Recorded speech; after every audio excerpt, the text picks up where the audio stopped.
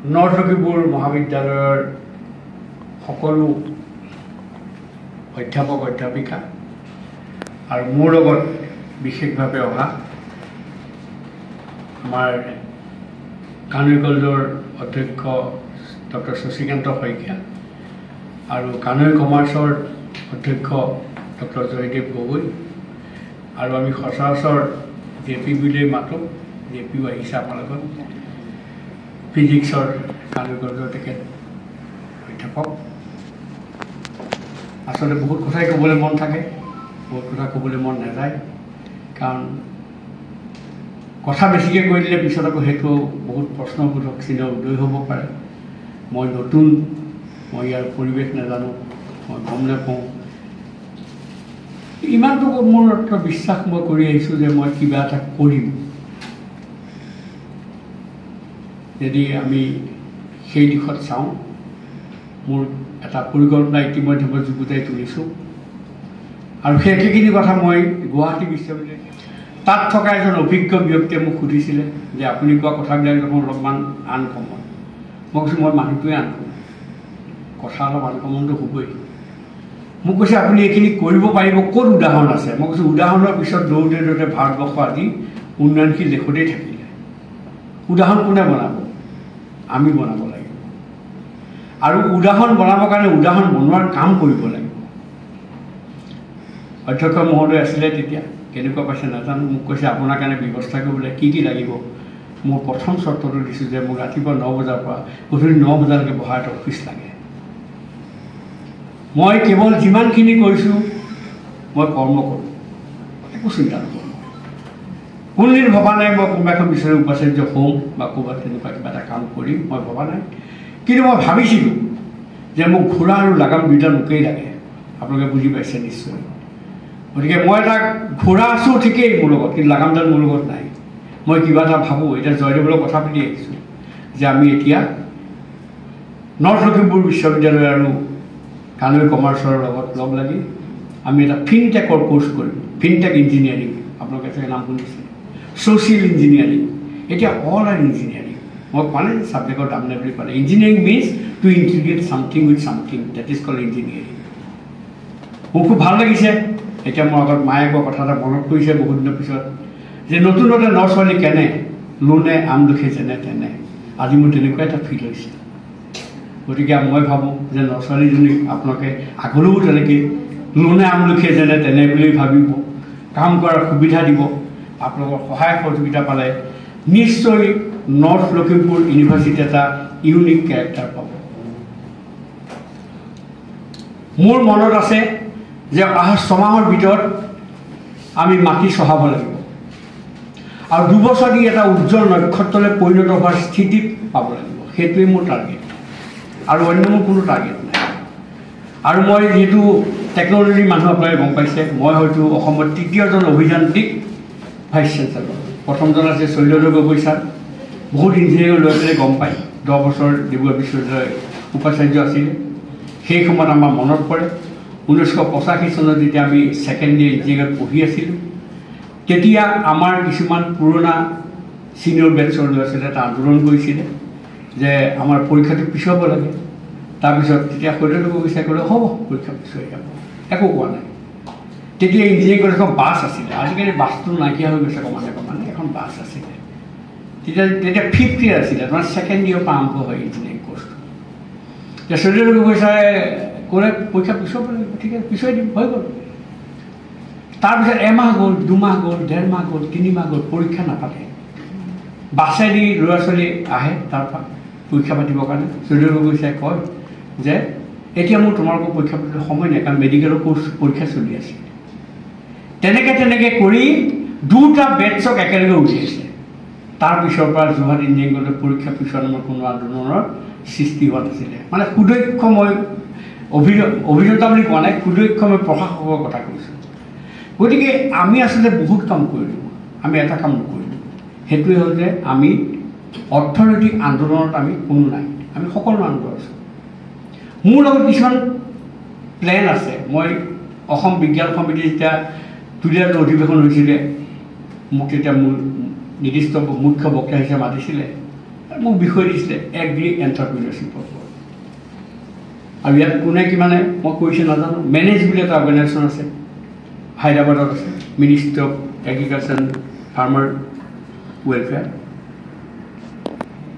তাত মই regular কোৰ্চত attend কৰোঁ শনিবাৰে 1 ঘণ্টা কোৰ্চ এটা দিয়ে ৰেগুলাৰ এটেণ্ড কৰোঁ গতিকে মই এইটো গম পাওঁ যে agriculture is going which side and well কৃষি বিশ্ববিদ্যালয়ৰ মানুহ মোক কেতিয়াবা সোধে আপুনি খবৰবিলাক ক'ত পায় মোৰ খবৰ ৰাখিলে খবৰ পায় খবৰ ৰাখিলে খবৰ অভিয়াছলি নাপাব আপুনি মোৰ 24/7 খোলা থাকে মন মগজু মোবাইলটো চাই থাকোঁ বহুতৰে মোবাইলত চাই থাকে কি চাই থাকে মই মোবাইলত বিচাৰি ফুৰোঁ মোৰ এটা বৰ বেয়া অভ্যাস খুচৰি ফুৰা এটা অভ্যাস আছে আৰু নিশ্চয় খুচৰি ফুৰি কিছুমান বস্তু ময়ো আয়ত্ব কৰিছোঁ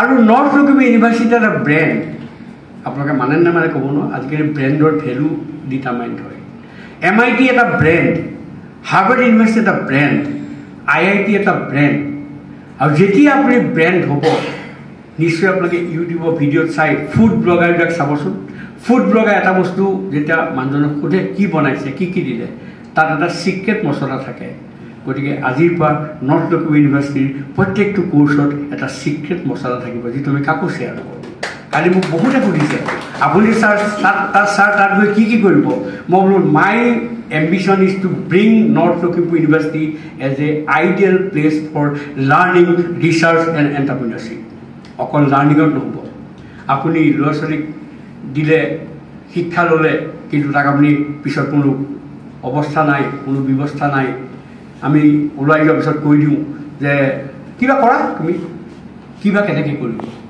আমিতো একো শিকাই পঠিওৱা নাই মই সেইকাৰণে মোৰ ফাৰ্ষ্ট ইয়াৰ ষ্টুডেণ্টক মই এই কথাটোৱে কওঁ যে ঘৰৰ পৰা যেতিয়া এজনী ছোৱালী বিয়া দিয়ে একো নথকাকৈ গৰীবৰ ঘৰৰ মানুহটো এটা ঘটি বা লোটা দি পঠিয়ায় কিন্তু আমি এনেকুৱা এটা শিক্ষা ব্যৱস্থা হয়তো বহুত জেগাত আছে মই ইয়াত আছে বুলি কোৱা নাই বহুত জেগাত আছে মইতো মিনিষ্ট্ৰীত কাম কৰোঁতে মই almost all places of India মই কৰিছোঁ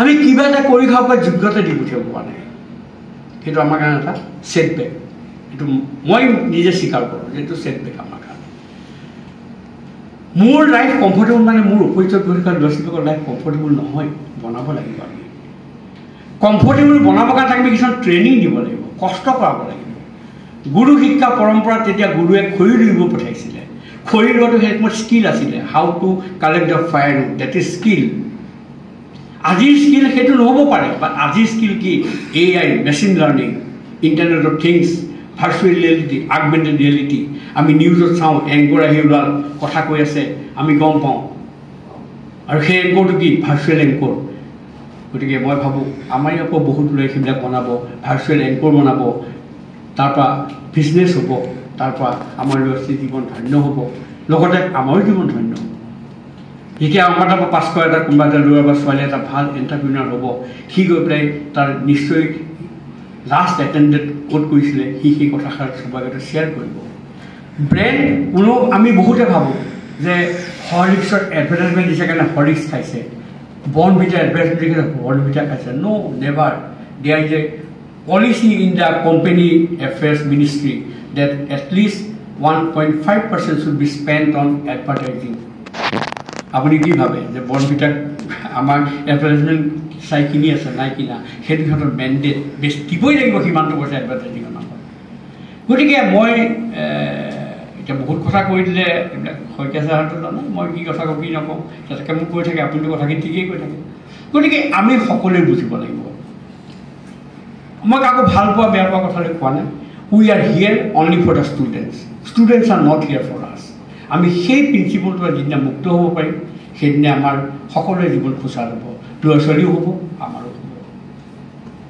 আৰু এইটো ওৱান ৱে ট্ৰেফিক নহয় ওৱান ৱে ট্ৰেফিক মানে মই এটা কথা কৈ যাম মই সেইদিনা খালি কোনোবা এজনে ফোন কৰিছিলোঁ এই আমাৰ হাতীবোৰে ফোন কৰিছিলে মই আকৌ প্ৰথম দিগন্ত হাতীবৰে কথা ভাবিছোঁ যে এইটো চাগে আমাৰ যোৰহাটী গঞ্জৰ দিগন্ত বুলি ভাবিছোঁ আমাৰ পিছত গম পালোঁ দিগন্ত হাতীবৰ মই কালি কৈছোঁ আমি এটা শব্দ চবেই বাক্য চবেই শুনিছোঁ ছাত্ৰানক অধ্যয়নক তপ শুনিছোঁ নে আমি সকলো শুনিছোঁ ন শুনিছোঁ কিন্তু আমি পাহৰি গ'লোঁ ছাত্ৰা মানে সংস্কৃতত দুইটা পক্ষ বুজায় আমি ভাবিলোঁ মোৰ হালধীয়া বহী আৰু সিহঁতৰ কাৰণে হালধীয়া বহী শেষ নহয় হালধীয়া বহীত জীৱন নাযায় মই কালি হাতীবোৰক কৈছোঁ 1979 চনত পঢ়া ইঞ্জিনিয়াৰিং কোৰ্চ মোৰ লগত এতিয়া নাই মই মডিফাই কৰিছোঁ, মই নিজকে উন্নত কৰিছোঁ। মই কণ্টিনিউৱাছ পঢ়া মানুহ, 4 ঘণ্টা 5 ঘণ্টা মই কণ্টিনিউৱাছ পঢ়োঁ। মোৰ পাবলগীয়া একো নাই, সি মই ভাবোঁ দিবলগীয়া ধেৰ আছে। আৰু নৰ্থ লখিমপুৰ ইউনিভাৰ্চিটি প্ৰথমজন ভাইচ চেঞ্চেলৰ নাম ফলকত নাম থাকিলে নহ'ব। নৰ্থ লখিমপুৰ বিশ্ববিদ্যালয়ে ক'ব লাগিব যে আমাৰ ইয়াত এনেকুৱা এজন ভাইচ চেঞ্চেলৰ আহিছিলে, এইখিনি কাম কৰি গ'ল। মই হয়তো কাইলৈ 10 বছৰ 20 বছৰ 30 বছৰ, কাৰণ 100 বছৰলৈকে মই নিজৰ আয়ুসটো ঠিক কৰি থৈছোঁ, তাৰপিছত 20 বছৰ আৰু মই পাম, সেইটো মই জানো। কিন্তু কথা হ'ল কিটো যে মোৰ নামটো যাতে আৰু 300 বছৰে মানুহ মনত থাকে। প্ৰশংসা পত্ৰখন লিখা এটা বস্তু খুব মনপূৰ্ণ হৈছে যে আপোনাৰ মন মগজু কি হৈ থাকক বুলি কৈছে, যুৱক হৈ থাকক। এতিয়া মোক বহুতে সোধে, ছাৰ আপুনি ইমান কাম কেনেকৈ কৰে? মই কওঁ মই যেতিয়া কাম কৰোঁ তেতিয়া মোৰ বয়স কিমান, 35 বছৰ। আৰু যেতিয়া মই কথা কওঁ তেতিয়া মোৰ বয়স এজন মেণ্টৰৰ নিচিনা, মানে 60 বছৰ ওচৰ সেই বয়সৰ কাৰণে কথা কওঁ। আৰু মই বহুত ছফ্ট আৰু মই বহুত হাৰ্ড কেতিয়া, যেতিয়া ইনজাষ্টিচ ইলিগেল বস্তু মোৰ ওচৰত আহিব, তেতিয়া চকু ৰখা মানুহজন মই নহয়। আপোনালোকে বুজি পাইছে মই কি ক'ব বিচাৰিছোঁ। আৰু মই আপোনালোকে এটা 100% প্ৰতিশ্ৰুতি দিছোঁ, মোৰ দ্বাৰা কোনো বেয়া কাম নহয় আৰু মোৰ দ্বাৰা কোনো কাকো ভাল বেয়া দৃষ্টিৰে চোৱা নহয়। এইটো মোৰ ঘৰত, মোৰতো শহুৰবাৰী ইয়াতে, আপোনালোকে গম পাইছে চাগে কোনোবাই। ডক্টৰ অৰুণ শৰ্মা পৰিয়ালৰ মোৰ শ্ৰীমতী হয়। গতিকে সেইদিনা ভাইটিক হৈয়ে ফোন কৰিছে যে আমাৰ কাৰণে এটা গৌৰৱৰ বিষয়। মই কৈছোঁ আপোনাৰ কাৰণে গৌৰৱ পিছত মই নৰ্থ লখিমপুৰ কলেজে গৌৰৱ বঢ়াব লাগিব, নৰ্থ লখিমপুৰ ইউনিভাৰ্চিটি গৌৰৱ বঢ়াব লাগিব। গতিকে বহুত কথা ক'লে আপোনালোকে ভাবিব যে মানুহজনে বহুত কথাই কয়, কিন্তু তাৰ কাৰণে মই অকলে নহয়। তাত এটা বস্তু লিখিছে যে আপোনাৰ নিৰ্দেশত, মই এটা কথা ভাবোঁ যে নিৰ্দেশত নহয়, সহযোগত।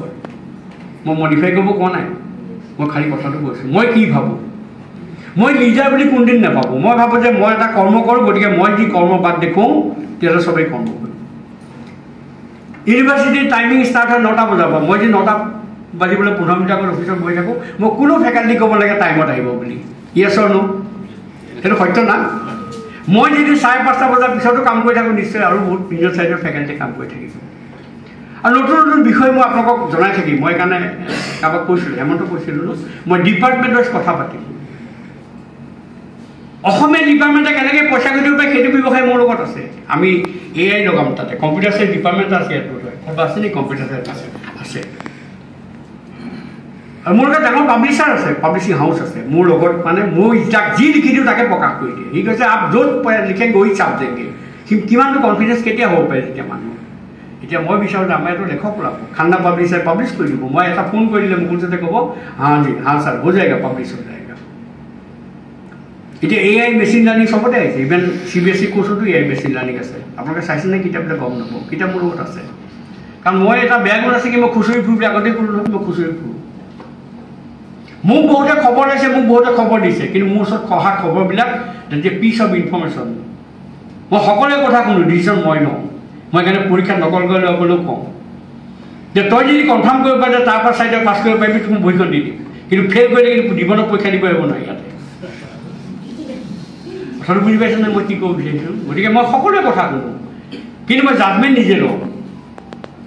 কাৰণ সেই বস্তুটো আমাকো আগত সৰুতে শিকাইছিলে যে অকলে যুঁজিলে হাৰিলে জিকিলেও কোনো তাত ৰিগ্ৰেট কৰিবলগীয়া নাই।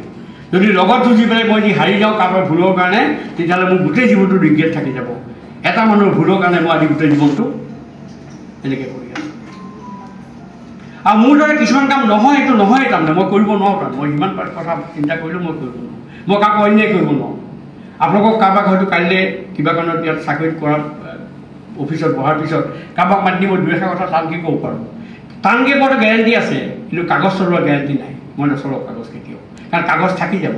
কথাষাৰ খন্তেক সময়ৰ বাবে কাৰোবাক বেয়া লাগিব পাৰে, কিন্তু মই যেতিয়া এখন কাগজ লিখি দিওঁ, চকু নথি এখন দি দিওঁ, কাইলৈ আপোনাৰ যেতিয়া ফাইল প্ৰচেচিং হ'ব প্ৰমোশ্যনৰ কাৰণে, সদায় সেই কাগজখন উলিয়াই আপোনাক ব্লেকমেইল কৰিব। গতিকে মই ব্লেকমেইলৰ সুবিধাও দিছোঁ কাৰণ মই এতিয়া গোটেই ফেকাল্টিয়ে মোক জানে। কিন্তু মই এটা কথা কোনেও ক'ব নোৱাৰে যে এই মানুহজনে আমাক বিপক্ষে কিবা লিখি থৈ গৈছে। আৰু মোৰ ইয়াত যদি আপোনালোকে ভাবিব পাৰে যে ইয়াতো আমাৰতো ভাইচ চেঞ্চেলৰটো শহুৰবাৰী ইয়াতে হৈছে, গতিকে ইয়াত মানুহে বহি থাকোঁ, মোৰ কাৰণে কোনো শহুৰবাৰী চহুৰবাৰী নাই। মই একমাত্ৰ মানুহ। মই মাক সুধিছিলোঁ মই অকলে নে জগৰ জন্ম লৈছোঁ, অকলে জন্ম লৈছোঁ, তেতিয়াহ'লে চব কাম অকলে কৰোঁ। কম্পিটেঞ্চিয়েল কেলিবাৰৰ বেচিছত চব কাম হ'ব। কম্পিটেঞ্চিয়েল কেলিবাৰ দুটা শব্দ, C²। কাৰোবাৰ কম্পিটেঞ্চি আছে মোক দেখা দিব নালাগে, দৰকাৰ নাই, অট'মেটিক কাম হ'ব। কাৰোবাৰ কম্পিটেঞ্চি নাই, মোৰ ঘৰত গুড মৰ্ণিং গুড ইভিনিং গ'লেও কামত নাই, কোনো কামত নাই। মই হয়তো একমাত্ৰ এজন ডাইৰেক্টৰ যাৰ ওচৰত ভেণ্ডৰ নাহে, মোৰ ওচৰত ভেণ্ডৰ নাহে। মই ভেণ্ডৰ কৈ থৈছোঁ, কাৰ্ডখন বাহিৰ দি যাবি, যেতিয়া দৰকাৰ হ'ব বিচাৰিম মইতো। Don't come to me, I have got many things to do. I cannot run the institute according to vendors. মোক কি লাগে মই জানিম না। মই তাকে এটা ষ্টৰি কৈ আহিছোঁ শইকীয়া ছাৰহঁতক। এবাৰ পেলাই মোক সুধিছিলে এজন ভেণ্ডৰে যে আপুনি ভাইচ চেঞ্চেলৰ নেমান নেকি?